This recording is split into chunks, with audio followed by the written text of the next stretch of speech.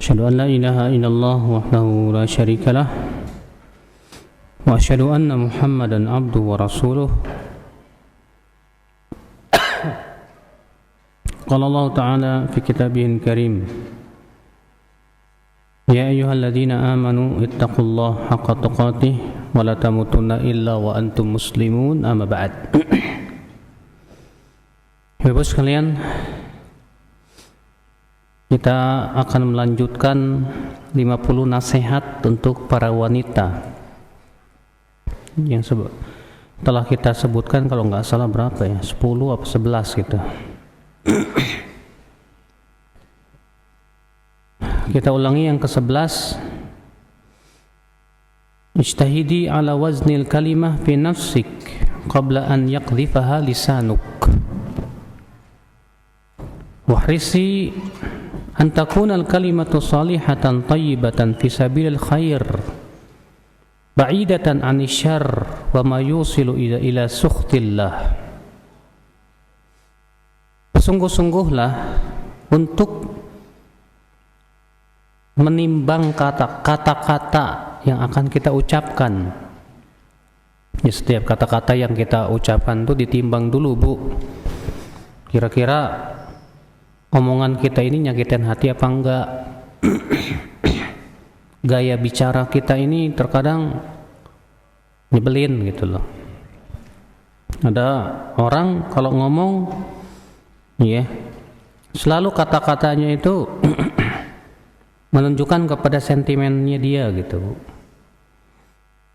Maka dari itu kita juga jangan menganggap saya biasa-biasa aja kok, tapi ternyata orang lain malah sakit hati gara-gara ucapan kita.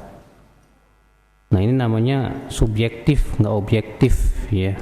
Artinya hanya mementingkan diri sendiri tanpa mengetahui perasaan orang yang kita ajak bicara. Maka kalau kita ngomong, kalau kita ucapkan kata-kata, coba pilih kata-kata yang enak. Dan cara menyampaikannya pun juga yang enak, yang lembut gitu, Bu. Ya, jangan ketus. Kadang ada orang ngomong ketus. Kalau ngomong itu nyelekit. Ini gak bagus, Bu. Karena menyakiti hati seorang muslim atau muslimah itu diharamkan dalam syariat itu. Wahrisi, dan bersungguh-sungguhlah, kata beliau, agar kata-kata yang kita ucapkan itu kata-kata yang baik dan di jalan kebaikan, jauh dari keburukan yang bisa menyampaikan kita kepada kemurkaan Allah Subhanahu wa taala. Ya. Kata beliau, falil kalimati mas'uliyatun 'azimatun fakam min kalimatin udkhilat adkhalat sahibaha ilal jannah wa kam min kalimatin hawat bi sahibiha fi qa'ri jahannam.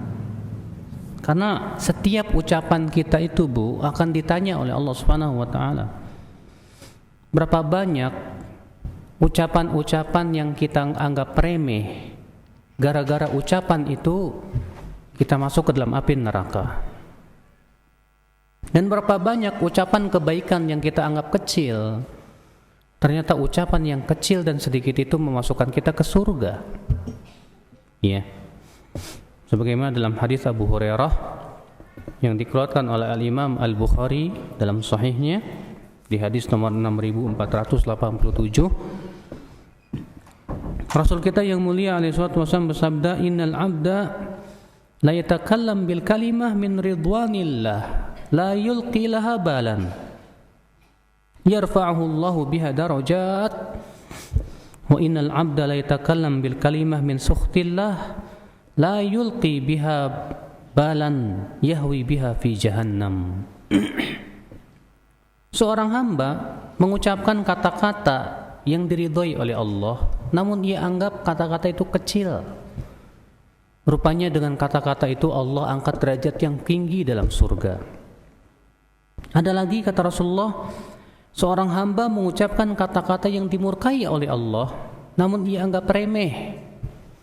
Rupanya karena kata-kata tersebut ia pun dilemparkan ke dalam neraka jahanam. dalam satu riwayat sab'ina kharifan, ya selama 70 musim. Masya Allah ibu-ibu sekalian, ya. Maka dari itulah ibu, Allah dan Rasulnya mengajarkan kita bagaimana kita mengucapkan kata-kata yang enak gitu loh Bu.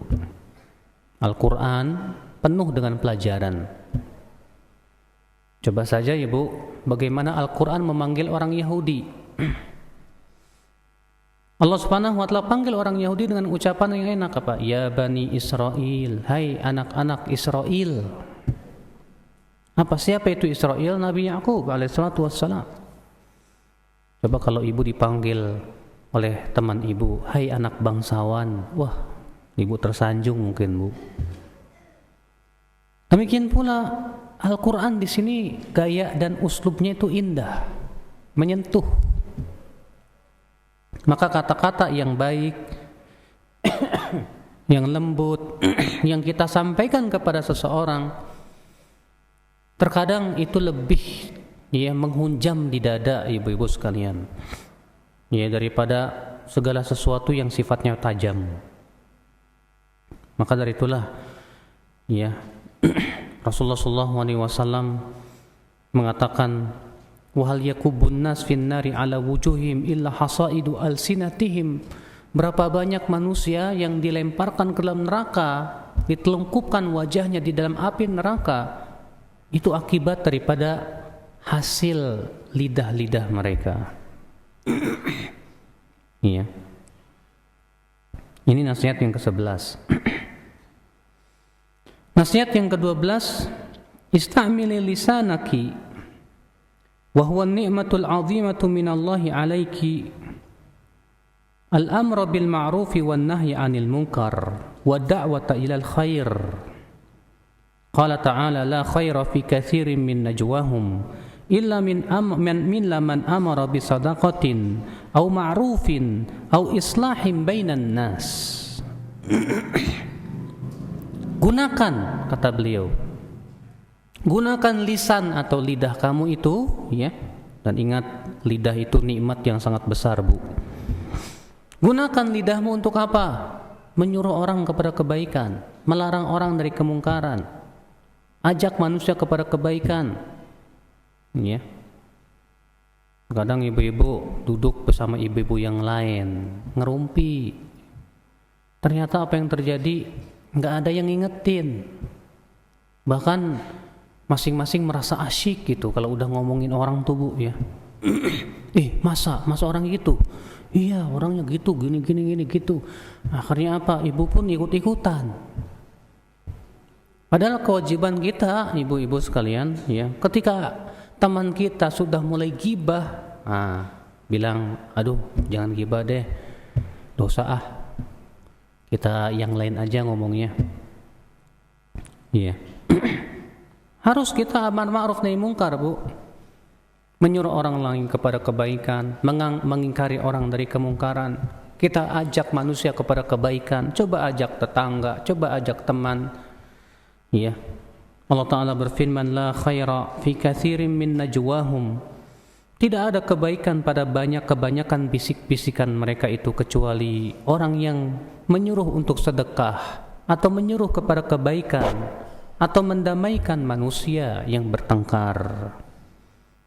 Nah, coba ibu, kalau ibu mendapatkan teman ibu lagi bertengkar, ibu berpikir gimana caranya supaya teman saya ini akrab lagi gitu loh. Walaupun ibu berdusta nggak apa-apa. Yang jelas ibu, kita berusaha semaksimal mungkin untuk apa? Beramar ma'ruf nahi mungkar. Gunakan lisan kita ini Bu, karena lisan kita ini nikmat yang sangat besar yang Allah berikan kepada kita. Yang ke-13, apa itu? At-ta'allum amrun mahmudun wa sabilu karimatin. Menuntut ilmu itu perkara yang terpuji sekali, jalan yang mulia. Ibu-ibu, walaupun ibu sebagai seorang ibu dalam rumah tangga sibuk ngurus anak, sibuk ngurus suami, sibuk nyuci, masak, tetap Bu, hendaknya ibu ada satu waktu untuk menuntut ilmu Bu. Iya. Kenapa? Karena ilmu itu penting Bu. Sebab dengan ilmu kita tahu ini halal, ini haram. Dengan ilmu kita tahu ini jalan ke surga, ini jalan ke neraka. Dengan ilmu kita bisa juga tahu bagaimana ibu bersikap kepada suami, bagaimana ibu mendidik anak dan anak-anak. Ya. Bagaimana ibu bersikap kepada teman, bagaimana ibu bersikap kepada tetangga. Dengan ilmu. Makanya terkadang ibu-ibu yang enggak mau nuntut ilmu itu Bu, susah terkadang gibahnya, ya, ngerumpinya, sama tetangganya berantem. Padahal kata Rasulullah disebutkan dalam hadis ya, qila li Rasulillah sallallahu alaihi wasallam, inna fulanatan ya tusalli minal lail wa taf'alu kadza wa tasum bin nahar wa tasaddaq walakinnaha tu'dhi jaraha bilisaniha. Ya Rasulullah, ada seorang wanita yang suka sholat malam, suka banyak berbuat baik, ya, rajin puasa sunnah, banyak sedekah, tapi sayang hai Rasulullah, lisannya itu hai Rasulullah suka menyakiti tetangganya. Apa kata Rasulullah? Laisa fiha khair, tidak ada kebaikannya pada wanita itu. Hiya min ahlin nar, dia termasuk penduduk api neraka. Lihat ibu ya. Makanya kalau ibu-ibu sudah ngaji harus beda, lisannya itu harus lebih bisa dijaga ibu. Maka itu adalah pengaruh ilmu. Kalau kita sudah ngaji pakai cadar tapi lisan dan lidahnya itu nyakitin orang, kalau ngomong nyelekit, kalau begitu buat apa dia menuntut ilmu? Khawatir itu ilmunya tidak ada manfaatnya di sisi Allah Subhanahu wa taala. Karena ilmu yang diinginkan itu yang melahirkan rasa takut kepada Allah. Ya. Makanya ketika ibu-ibu menuntut ilmu pun juga harus diperhatikan. Kita ini nuntut ilmu tujuannya apa sih? Pengen disebut ulama? Jangan. Ya. Ibu menuntut ilmu apa tujuannya apa sih? Enggak, Ustadz cuma kumpul-kumpul doang pengen ketemu sama temen. Jangan. Ibu menuntut ilmu tujuannya apa sih? Ya, biar bisa debat Ustadz, biar bisa dialog sama orang. Oh, jangan. Ya. Menuntut ilmu itu tujuan yang terpenting, saya ingin mengamalkan dalam kehidupan saya. Saya ingin menghilangkan kebodohan dari diri saya. Ya, semoga dengan ilmu itu saya bisa mengenal Allah, bisa mencintai Allah, saya bisa beribadah kepada Allah, saya bisa takut kepada Allah. Dengan ilmu itu saya bisa masuk surga. Nah, ini Bu, tujuan yang betul-betul mulia dari menuntut ilmu Allah Subhanahu wa taala. Ya, walaupun memang untuk mengamalkan seluruh ilmu berat. Ya, sulit memang Ibu. Makanya Allah mengatakan apa?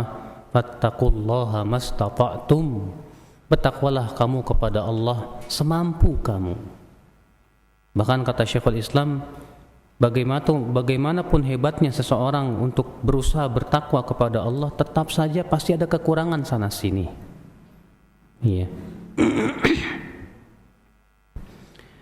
Nasihat yang ke-14. Laisal muradu minat ta'allumi nailu syahadati wa ghulur rutab wa bulughul rutab wal husulu al wadhifati wal amal bal ma'rifatu umurid din wa idraku ahkamihi wa ijadatu qira'atil Qur'anil Karim hatta ta'budal mar'atu rabbaha ala basiratin. Ya. Ingat kata beliau, menuntut ilmu itu tujuannya bukan ingin dapat ijazah, jangan. Atau karena ingin mempunyai kedudukan, jangan. Atau karena ingin dapat pekerjaan, jangan. Tapi menuntut ilmu agama itu adalah tujuannya untuk apa? Untuk betul-betul meluruskan ibadah kita kepada Allah, Bu. Iya. Sebab kata Rasulullah SAW, man talabal ilm liyumari bihi sufaha aw liyubahi bihi ulama aw liyasrifa wujuhan nasi ilaih. Siapa yang menuntut ilmu, kata Rasulullah, agar dia bisa berdebat dengan orang-orang bodoh, atau dia ingin disebut ulama, atau supaya orang-orang menghormati dia, maka kata Rasulullah, dia tidak akan mencium bau surga. Ya. Jadi ibu-ibu sekalian, sekali lagi kita berusaha menuntut ilmu. Tapi menuntut ilmu itu yang kita pikirkan bagaimana ilmu itu berbuah. Ilmu itu bermanfaat. Rasulullah SAW berlindung kepada Allah dari 4 perkara, Bu. Allahumma inni a'udzubika min ilmin la yanfa' wa min qalbin la yakhsha' wa min nafsin la tashba' wa min da'watin la yustajabu laha. Ya Allah, aku berlindung kepada Engkau dari ilmu yang tidak bermanfaat, dari hati yang tidak bisa khusyuk, dari hawa nafsu yang tidak pernah kenyang, dan dari doa yang tidak didengar. Ya, Rasul berlindung itu, Bu. Sekarang kita ini sudah berapa tahun sih nuntut ilmu? Sejauh itu sudahkah menambah rasa takut kita kepada Allah atau semakin keras hati kita kepada Allah? Alhamdulillah, ibu-ibu ya. Jangan sampai semakin banyak ilmu semakin mengeraskan hati, yang ada adalah keangkuhan, kesombongan, rasa ujub. Jangan sampai. Tapi hendaknya semakin lama kita menuntut ilmu, semakin menambah rasa takut kepada Allah, menambah rasa tawadhu, ya. Begitu ibu-ibu sekalian. Nasihat yang ke-15. Kata beliau, ibta'idi kullal ibti'adi anil istihza'i awis sukhriyati bi ghairil muta'allimati min akhwatika wa min at-tarafu'i ala manhiyin min ikhwaniki min akhwatiki wa min at-tarafu'i ala manhiyin dunaki fit ta'allumi. Jauhi sejauh-jauhnya apa itu? Untuk memperolok atau mencemooh ya saudara-saudara kita yang lain.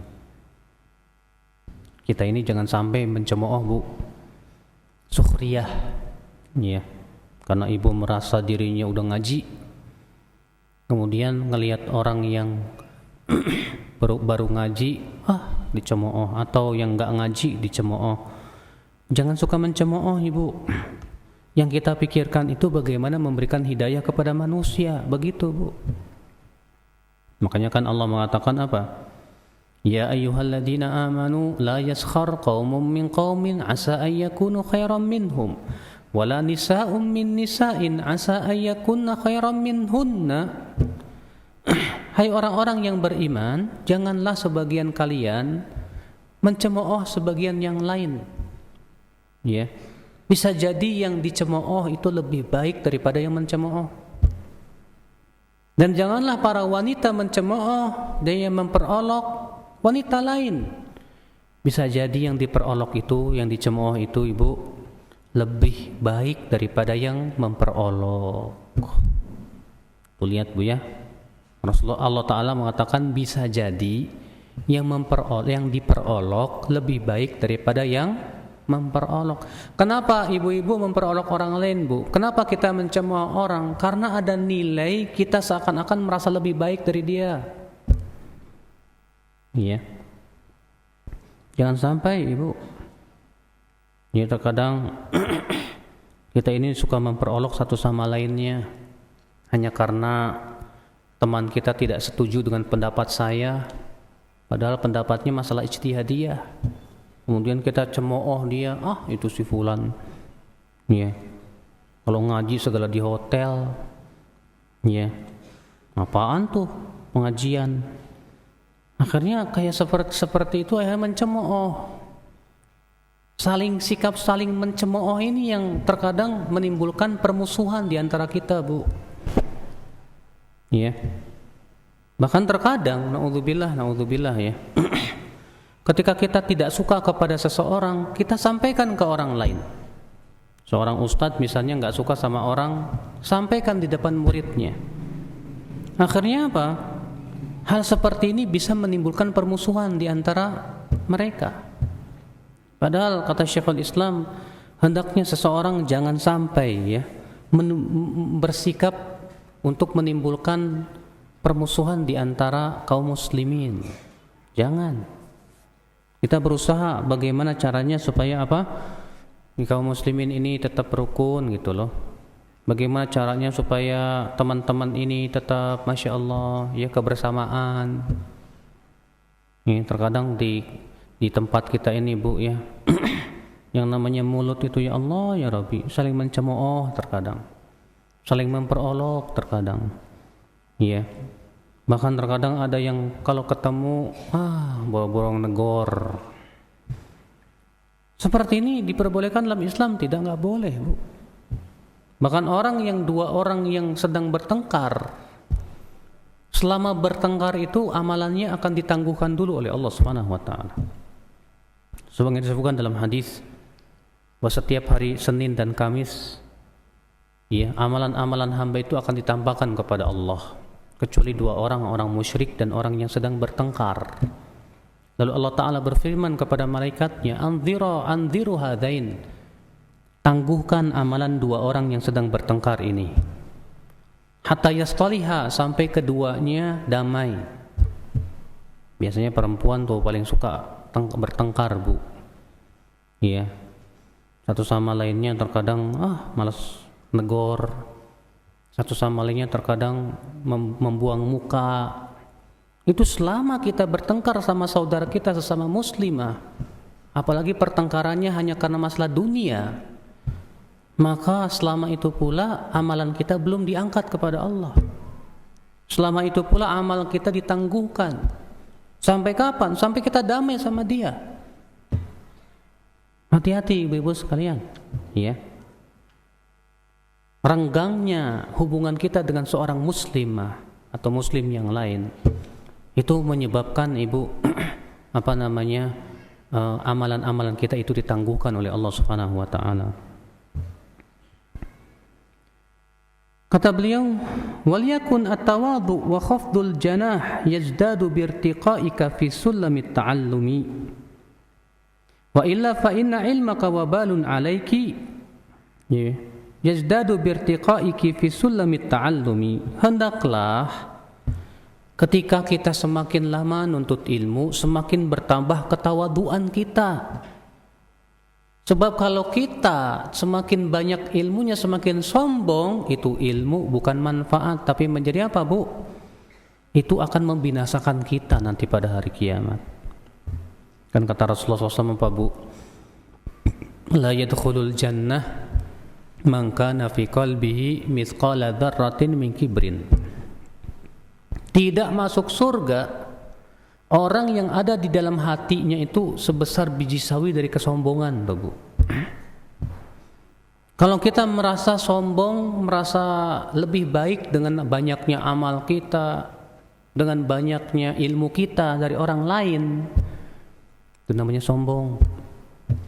Ibu meremehkan, dia baru ngaji, saya udah lama, saya senior, dia junior.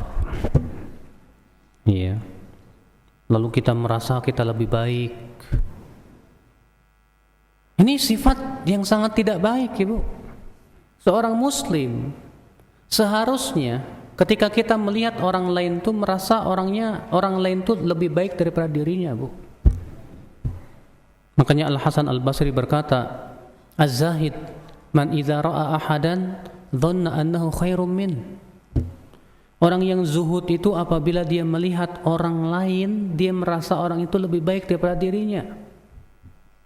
Kalau kita melihat teman kita, Bu, coba kita pikirkan, mungkin dia punya amalan yang kita tidak tahu loh, Bu. Mungkin dia lebih takut dari kita di sisi Allah Subhanahu wa taala, Bu. Makanya kata siapa? Ya, Bakar bin Abdullah Al-Muzani, tidaklah aku melihat orang yang lebih muda dariku kecuali aku bergumam, aku lebih mendahului dia dalam kemaksiatan. Mungkin dia lebih baik dari saya. Dan kalau saya melihat kepada orang yang lebih tua dari saya berkata, dia lebih mendahului saya dalam ketaatan, dia mungkin lebih baik daripada saya. Begitu, Bu. Itu tawadhu namanya. Tapi ketika kita merasa diri kita lebih baik, kalau orang merasa diri lebih baik tuh Bu, akan jatuh kepada banyak kemungkaran. Apa itu? Orang yang merasa lebih baik dari orang lain, dia akan jatuh kepada sikap sombong atau setidaknya ujub. Ya, ujub sendiri bisa membatalkan amal, Bu. Ya. Kalau kita merasa lebih baik dari orang lain, seringkali kita jatuh kepada sikap apa, Bu? Memperolok, mencemooh orang. Ya. Itu yang kedua. Kalau kita merasa lebih baik daripada orang lain, seringkali kita lupa kepada keburukan dan dosa-dosa sendiri. Sementara dosa-dosa teman kita selalu tampak di mata kita. Itu sendiri sudah keburukan, Ibu. Dosa orang lain bisa kita lihat, tapi dosa sendiri tidak bisa kita lihat. Wah, musibah benar tuh, Bu. Iya. Padahal dahulu para salafus saleh lebih lebih memperhatikan dosa sendirilah daripada mikirin dosa orang lain. Makanya di antara nasihat Rasulullah kepada Abdullah bin Amr bin Al-As, apa kata Rasulullah? Ya Abdullah, kaifa bika law kunta fi huthalati minan nas? Hai Abdullah, bagaimana kalau kamu tinggal di tengah-tengah manusia yang telah rusak? Hai Abdullah. Apa kata Abdullah bin Amr? Hai Rasulullah, wasiatilah aku. Kata Rasulullah, ilzam baitak, tinggallah di rumahmu. Wa alaika bi khassati nafsik wa da'anka amral awam. Hendaklah kamu lebih memikirkan dosamu sendiri dan jangan kamu pikirkan dosa orang. Nggak usah kita mikirin dosa orang, kesalahan orang, tapi kata Rasulullah, pikirkan dosamu sendiri. Iya, itu seharusnya yang kita lakukan, Ibu. Kita ini banyak dosa, maka orang yang bisa melihat dosanya dan dia tidak mau tahu tentang dosa orang, maksudnya dia lupakan kesalahan-kesalahan orang, ini orang yang paling bahagia di dunia. Iya. Nasihat yang ke-16. Nazzihi sam'aki an sama'il musiqa wal ghina wal kalamil fahish. Kata beliau, jaga telingamu dari mendengar apa? Mendengar yang diharamkan oleh Allah, berupa apa? Musik, ya. Ucapan-ucapan yang tidak baik. Tuh, Bu, jangan biasakan dengerin musik, Bu. Ya. Karena Nabi SAW bersabda dalam riwayat Bukhari, kata Rasulullah, la yastahillanna aqwamun min ummati, akan benar-benar ada dalam umatku ini suatu kaum yang menghalalkan apa? Yang menganggap halal al-hira wal harira wal khamra wal ma'azif. Akan ada, benar-benar ada dalam umat Islam ini, kata Rasulullah, orang yang akan menganggap zina, menganggap halal zina, sutra, arak, dan alat-alat musik. Dan ternyata yang Rasul kabarkan benar.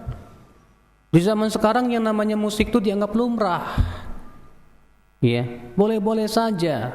Wah, kalau nggak ada musik kayaknya nggak rame.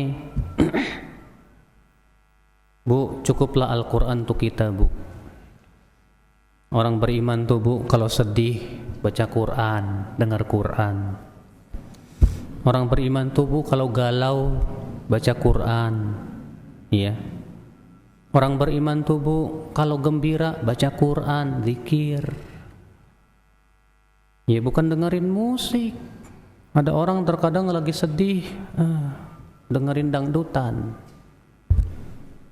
Ada orang terkadang lagi galau, dengerin rock and roll. Itu sebetulnya tidak akan memberikan kesembuhan pada penyakitnya, Ibu.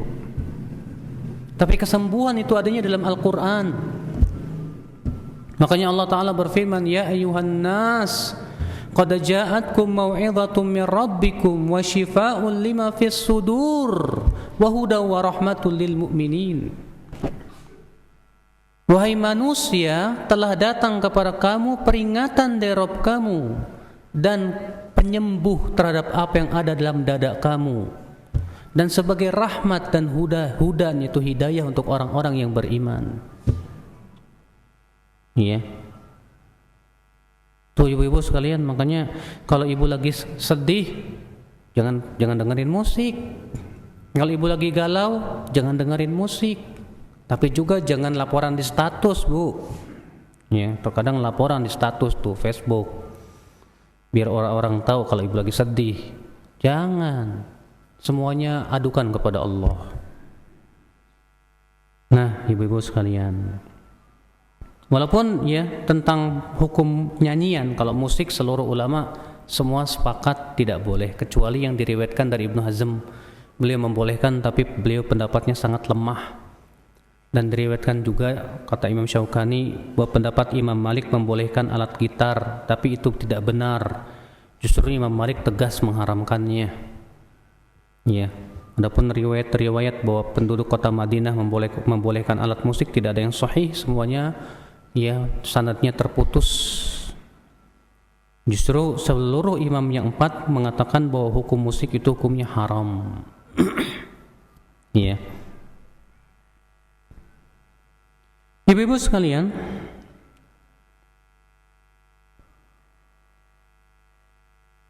itu tukang es sengaja banget tuh, Bu. Jadi ibu-ibu sekalian ya, kita berusaha untuk membersihkan pendengaran kita dari sesuatu yang tidak diridhoi oleh Allah Subhanahu wa taala. Ya. Kita berusaha jangan suka biasakan ibu mendengarkan ghibah, jangan. Jangan ibu biasakan mendengarkan nyanyian-nyanyian yang isinya ya, terkadang menggambarkan tentang aurat, tentang pacaran dan yang lainnya. Jangan. Memang para ulama berbeda pendapat tentang hukum nyanyian. Iya. Imam Malik mengatakan nyanyian itu bisa menumbuhkan kemunafikan. Mazhab yang paling keras dalam masalah nyanyian Abu Hanifah. Iya. Menurut Abu Hanifah, orang yang penyanyi itu fasik. Sementara Imam Syafi'i mengatakan boleh, tapi dengan syarat. Boleh bernyanyi dengan syarat. Syarat yang pertama, tidak boleh terlalu banyak, tidak boleh terlalu sering. Kenapa? Karena Nabi SAW bersabda, ya, kata Rasulullah, la an yumla'a batnu ahadikum qayhan wa sadidan, lebih baik perut seseorang dipenuhi dengan nanah dan darah, khairun lahu min an yumla'a syi'ra, itu lebih baik daripada dipenuhi oleh syair, nyanyian. Ya, kata Rasulullah, lebih baik perut seseorang dipenuhi dengan nanah dan darah daripada dipenuhi oleh nyanyian, tuh Bu. Ya. Kadang ada orang kalau ngapalin nyanyian banyak hafal, tapi Al-Quran boro-boro. Iya. Syarat yang kedua, nyanyian itu bukan dengan lagu-lagu yang memfitnah, dan tidak boleh isinya pun juga maksiat kepada Allah Subhanahu wa taala. Tapi sifatnya untuk memberikan semangat dan motivasi untuk berbuat kebaikan. Iya. Maka kata Imam Syafi'i, kalau terpenuhi syarat-syarat itu silahkan. Kalau ternyata ada padanya dilanggar syarat-syaratnya, tidak boleh. Sementara nyanyian-nyanyian yang ada sekarang itu ya tidak terpenuhi syarat, Bu. Iya. Kadang dan bahkan kebanyakan nyanyian itu diselingi alat musik tentunya, ibu-ibu sekalian. Baik ibu-ibu, nasihat yang ke-17. Anti muslimatun, fala bud an yakuna thawbuki dakhilan tahta muwasafati thawbi syar'i, fa yakuna fadfadan la yashif wa la yasif. Kamu seorang muslimah? Ya? Baiklah. Kalau kamu seorang muslimah, kalau begitu bajumu hendaknya sesuai dengan syariat. Iya. Allah Ta'ala mengatakan, ya ayuhan nabi, qul li azwajika wa banatika wa nisa'il mu'minin yudnina alaihinna min jalabibihin. Wahai nabi, ya, katakan kepada istri-istrimu dan kepada anak-anak wanitamu dan istri-istri kaum mukminin, hendaklah mereka melabuhkan jilbab-jilbab mereka. Jilbab itu pakaian besar, Ibu, yang menutupi seluruh tubuh. Iya. Maka kalau kamu seorang muslimah, pakai jilbab dong. Pakai kerudung, tutup aurat. Masa muslimah mempertontonkan aurat? Tak layak, ya, seorang muslimah mempertontonkan aurat. Karena Allah Rabbul Izzati wal Jalalah yang memerintahkan wanita menutup aurat, ya. Dan juga hendaknya pakaianmu sesuai dengan syariat, lebar, tebal, tidak tipis, tidak membentuk tubuh, ya. Kadang sih, Bu, di zaman sekarang ini ada jilbab namanya, Bu, ya. Pakai jilbab, tapi jilbabnya gaul, celananya pensil, ya, bajunya ngetat. Katanya ini jilbab modern, la ilaha illallah. Banyak ibu-ibu sekalian, ya, kaum muslimah menganggap ini kemajuan zaman, la ilaha illallah. Kita jangan melihat orang ngetren atau tidaknya, tapi kita lihat sesuai enggak dengan perintah Allah Subhanahu wa taala. Bu, kalau ibu pakai baju atau mau beli baju, yang pertama kali ibu jadikan parameter ketika beli baju bukan, wah, saya kira-kira bisa tampil cantik enggak ya dengan baju ini. Jangan. Sebab kalau parameternya itu, berarti itu parameter syahwat namanya, Bu. Ibu pengen tampil cantik, emang ibu cantik buat siapa sih, Bu? Buat suami apa buat orang? Buat suami juga, Ustadz, buat orang juga. La ilaha illallah. Ini kayak pelacur jadinya, Bu. Jangan begitu, Ibu, ya. Kecantikan ibu hanya untuk suami ibu saja, tidak untuk orang lain. Makanya ketika ibu beli baju, jangan yang ibu jadikan parameter, saya bisa tampil cantik nggak dengan baju ini. Tidak. Tapi jadikan parameter kita adalah, saya baju ini kira-kira diridhoi oleh Allah apa enggak ya? Sesuai syariat apa enggak ya? Itu yang kita pikirkan. Seorang mukmin itu selalu mencari keridhaan Allah dalam segala perkara, Bu. Dalam pakaiannya, dalam cara makannya. Ya. Nah, itu ibu-ibu sekalian.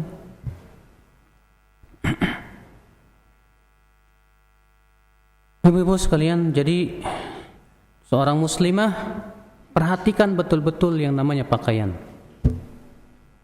Karena pakaian seorang wanita menunjukkan kepada din, agama dan akhlak seorang wanita. Seorang wanita semakin dinnya kuat dan rasa malunya kuat, dia akan semakin menutup auratnya dengan baik. Ya. Dan semakin rasa malunya dicabut, semakin itu menunjukkan dinnya yang tipis dan rasa malunya telah hilang. Makanya ibu-ibu sekalian, ya, anehnya di zaman sekarang ini, ya, perempuan-perempuan yang mempertontonkan aurat itu merasa, wah, kayak apa ya, ini kan modern gitu loh. Nah, kalau masalah mempertontonkan aurat itu modern, barangkali yang paling modern itu suku Asmat kali, Bu. Iya. Perempuan-perempuannya telanjang, berarti modern tuh. Wah, lebih modern lagi tuh, lebih telanjang malah. La ilaha illallah. Tapi itulah syaitan, Ibu. Memang syaitan tuh tujuannya, ya, tujuannya ingin supaya wanita itu mempertontonkan aurat. Kenapa? Iblis berusaha supaya Adam dan Hawa makan buah yang dilarang. Karena buah itu bisa membuka aurat, Bu. Makanya ketika Adam dan Hawa makan, apa yang terjadi? Terbukalah aurat-aurat mereka. Iya. Berhasil iblis membuka aurat. Makanya iblis ingin supaya wanita-wanita itu terbuka auratnya. supaya keluar dari rumah dalam keadaan mempertontonkan auratnya. Sebab kalau wanita sudah mempertontonkan auratnya di luar, hancur masyarakat itu, rusak pemuda-pemudanya, syahwat pun tak akan tertahan. Akhirnya apa? Merajalela keburukan yang merajalela, ibu-ibu sekalian. Oleh karena itulah ibu-ibu Islam memandang wanita ini makhluk yang besar fitnahnya. Karena Allah ciptakan wanita ini daya tariknya kuat sekali. Maka dari itulah Allah memerintahkan para wanita untuk apa? Menutup aurat-aurat mereka. Terkadang di zaman sekarang ibu, para wanita senang sekali yang namanya emansipasi, Bu. Kerja di kantor-kantor, campur baur dengan laki-laki. Akhirnya yang terjadi perselingkuhan. Yang namanya perselingkuhan di kantor-kantor tuh pasti ada, Bu. Gimana tidak? Yang namanya laki-laki perempuan tuh Allah ciptakan ada saling ketertarikan. Udah gitu di kantor campur laki-laki perempuan, bosnya laki-laki, sekretarisnya cewek, pergi kemana-mana berdua. La ilaha illallah. Memang di zaman sekarang ini, Bu, luar biasa yang namanya kerusakan moral akibat daripada wanita-wanita yang sudah tidak mau peduli dengan agama Allah Rabbul Izzati wal Jalalah. Tidak peduli apakah ia akan mau masuk surga atau neraka, yang penting saya bisa mempertontonkan aurat dengan kepuasan dia. Allah musta'an walaitiklan. Belum lagi televisinya, Bu, televisi iklan sabun aja perempuan yang muncul, iklan rinso perempuan yang muncul, iklan mobil perempuan yang muncul, iklan sepeda perempuan juga yang muncul. Emangnya apa hubungannya sepeda dengan perempuan? Iklan sikat gigi perempuan juga. Jadi akhirnya para perempuan dikomersilkan, murah harganya para wanita itu jadinya Allah musta'an walaitiklan. Keadaan di zaman ini luar biasa, ibu-ibu sekalian. Nah, oleh karena itulah berbahagialah ibu-ibu yang alhamdulillah diberikan oleh Allah hidayah untuk menutup aurat. Berbahagialah wanita-wanita yang masih diberikan oleh Allah rasa malu dan fitrah untuk kembali kepada Allah, dan kemudian mereka berusaha untuk menutup aurat mereka dengan hijab yang syar'i, yang sesuai dengan syariat Allah dan Rasulnya. Baiklah ibu-ibu, semoga yang saya sampaikan bermanfaat. InsyaAllah kita lanjutkan pada poin-poin selanjutnya InsyaAllah pada pertemuan yang akan datang. Nah, barangkali ada yang mau bertanya, silakan. Kita bacakan pertanyaan dari pesan singkat, Ustaz. Silakan. Nah, pertanyaan datang dari seorang ummahat di Pemalang. Barakallahu fiik, Ustaz.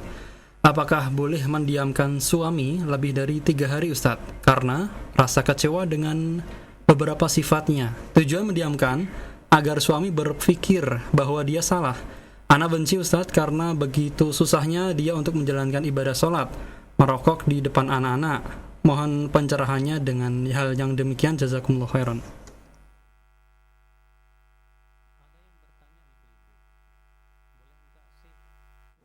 Seorang wanita mendiamkan suaminya beberapa hari karena suami nggak mau sholat, merokok depan anak-anak. Kalau suami tidak mau sholat, mendiamkannya boleh kalau memang itu bisa merubah dia. Bahkan sebagian ulama mengatakan bahwa itu termasuk udzur syar'i, alasan yang sesuai syariat yang diperbolehkan seorang istri untuk minta cerai. Kenapa? Karena si suami nggak mau sholat. Tapi kalau si istri mau bersabar dan ingin berusaha untuk merubah si suami dengan berbagai macam cara, diantaranya dengan mendiamkan, mudah-mudahan bisa bermanfaat, silahkan dilakukan. Namun tentunya sikap-sikap yang ibu ambil ini pun juga harus dipertimbangkan antara maslahat dan mudarat. Jangan sampai ibu biarkan ibu diamkan suami beberapa hari, suaminya kesal juga, akhirnya selingkuh, kan malah mudarat. Maka dari itu tentu ibu lihatlah mana sikap yang lebih bermaslahat untuk suami, ya.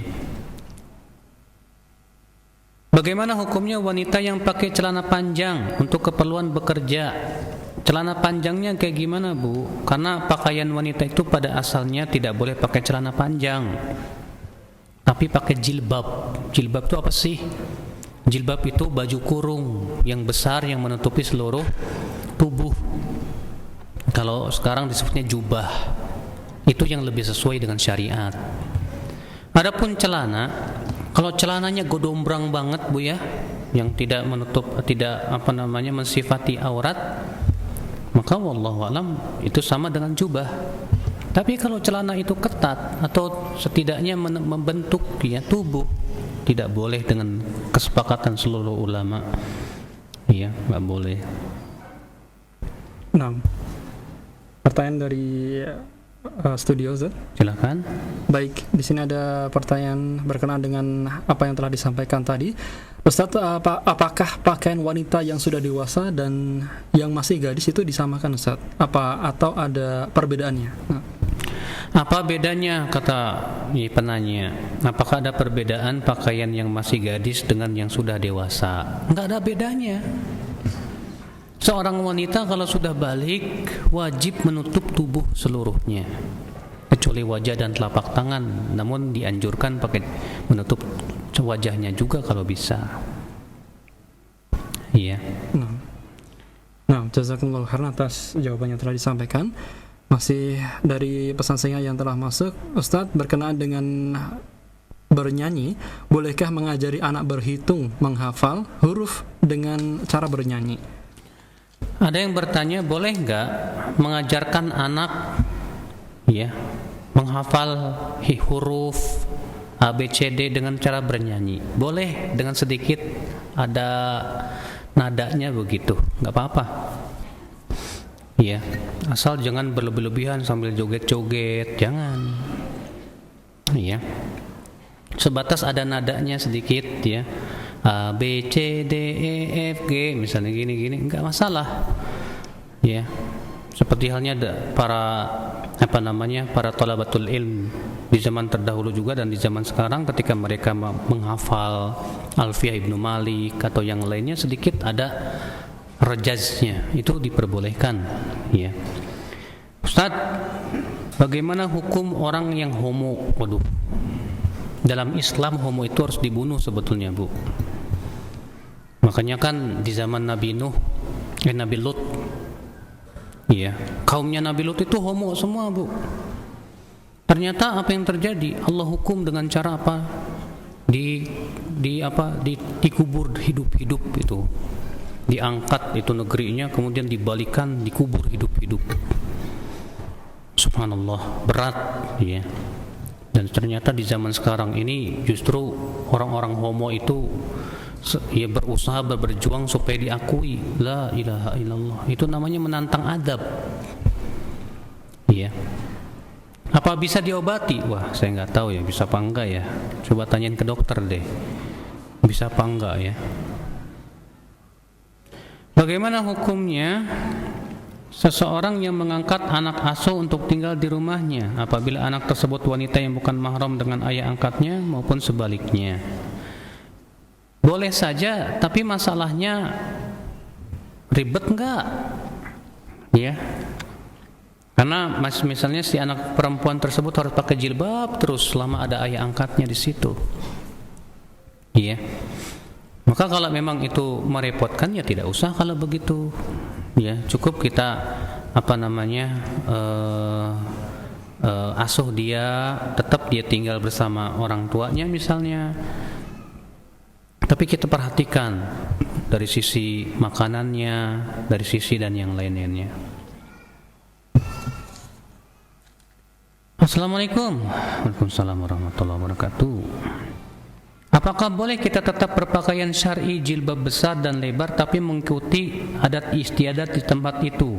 Memang adat istiadat di tempat itu apa? Ya. Seperti bajunya banyak hiasannya dan bermotif banyak. Bu, adat itu boleh dipakai kalau tidak bertentangan dengan syariat. Kalau bertentangan dengan syariat ya jangan lah, Bu. Kenapa? Karena di antara syarat pakaian yang disesuai syariat itu apa? Pakaian itu sendiri bukan menjadi hiasan. Makanya Allah berfirman apa? Wala yubdina zinatahunna. Janganlah para wanita memperlihatkan perhiasannya. Nah, kalau pakaian itu sudah menjadi perhiasan itu sendiri tidak boleh. Ya. Makanya kalau kita perhatikan riwayat-riwayat dari para sahabat, banyak riwayat menunjukkan para sahabat itu pakaiannya apa? Gelap, sifatnya gelap, Bu, hitam gitu ya. Hijau tua, merah tua. Ya. Yang seperti itu boleh, tapi kalau kemudian dimotif-motifkannya banyak hiasannya, ya, nah itu justru masuk dalam larangan Allah, tidak boleh memperlihatkan perhiasan. Ya. Ustadz, ana takut kalau mau mengingatkan orang lain jika ada yang berbuat salah. Yang pertama, ana sendiri masih sering berbuat dosa dan merasa dosa saya lebih banyak daripadanya, Ustadz. Enggak boleh begitu. Sebab kalau kita diam, kita termasuk setan bisu. Ya. Kalau kita tidak bisa mengingkari kemungkaran alias takut, mendingan pergi, jangan nimbrung di situ. Nah, kalau kita masih nimbrung juga di tempat orang ngerumpi, ya berarti kita termasuk setan bisu kata para ulama. Nah, kalau kita tidak mampu, ya udah pergi, maaf ya, saya pergi dulu, langsung pergi gitu. Ya, sebagaimana Allah Ta'ala berfirman, wa idza ra'aital ladzina yakhuduna fi ayatina fa'arid anhum hatta yakhudu fi haditsin ghairihi. Apabila kamu melihat orang-orang yang tenggelam dalam memperolok ayat-ayat kami, maka berpalinglah dari mereka sampai mereka berbicara dalam tema yang lain. Ya. Begitu, Bu. Jadi kalau memang ibu takut tidak bisa mengingkari, ya udah pergi aja. Bagaimana sikap kita terhadap seseorang yang telah kita beri nasihat? Apabila seseorang itu menjawab jaga lisan, apa mungkin kita salah berbicara dalam menasihati dia ya? Ya, mungkin. Iya. Coba tanya, kenapa kamu bilang saya jaga lisan? Dia bilang misalnya, karena kamu kalau ngomong tuh caranya terlalu keras begitu. Oh, berarti yang harus diperbaiki caranya. Mungkin tujuan kita niatnya bagus untuk memberikan nasihat, tapi caranya yang kurang bagus. Ya. Kata-katanya nyelekit atau nadanya tinggi. Sehingga pada waktu itu orang yang diberikan nasihat enggak mau. Atau di depan orang lain. Maka dari itulah ya, ketika kita memberikan nasihat pun juga jangan sebatas tujuan kita memberikan nasihat, kata-kata yang nasihat, tapi juga caranya harus dilihat. Makanya Nabi Musa saja, Bu, Nabi Musa ya, ketika diperintahkan oleh Allah untuk menasihati Fir'aun, apa kata Allah? Idhaba ila Fir'auna innahu tagha faqula lahu qawlan layyinan la'allahu yatadhakkaru aw yakhsha. Hai Musa dan Harun, pergilah kalian berdua kepada Fir'aun. Sesungguhnya Fir'aun sudah melampaui batas, dan ucapkan kepada Fir'aun ucapan yang lemah lembut. Lah, ke Fir'aun ucapannya lemah lembut, Bu. Makanya menegakkan, memberikan nasihat itu pun juga harus caranya yang bagus. Ya. Maka ini kita juga ketika kita menasihati orang harus bisa melihat psikologi orang ini. Ya, jangan asal nasihat, yang penting saya sudah ngasih nasihat, jangan. Tapi kita harus melihat audien yang kita hadapi siapa, orang yang akan kita nasihati siapa. Ya, itu penting. Butuh kefakihan memang untuk memberikan nasihat tuh, Bu. Ya. Ya, baiklah, semoga yang saya sampaikan bermanfaat. Yang benar semuanya dari Allah dan yang salah dari diri saya sendiri. Mohon maaf bila ada kata-kata yang tak berkenan. Subhanakallah bihamdik. Asyhadu an la ilaha illa anta astaghfiruka wa atubu ilaik. Wassalamualaikum warahmatullahi wabarakatuh.